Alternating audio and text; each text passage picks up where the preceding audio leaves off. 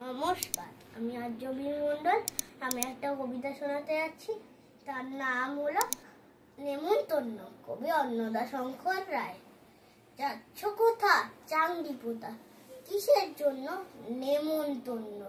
বিয়ের বুঝি না বাবুজি, কিসের তবে ভজন হবে? শুধুই ভজন, প্রসাদ ভজন। কেমন প্রসাদ? যা খেতে চাও। কি খেতে চাও? ছানার পোলাও। ইচ্ছে কি আর সর পরিয়ার। আহ কি আয়েস, রাবড়ি পায়েস, এইকে বলি ক্ষীর কদলি। আহ বাহ কি ফলার, সবরি কলার।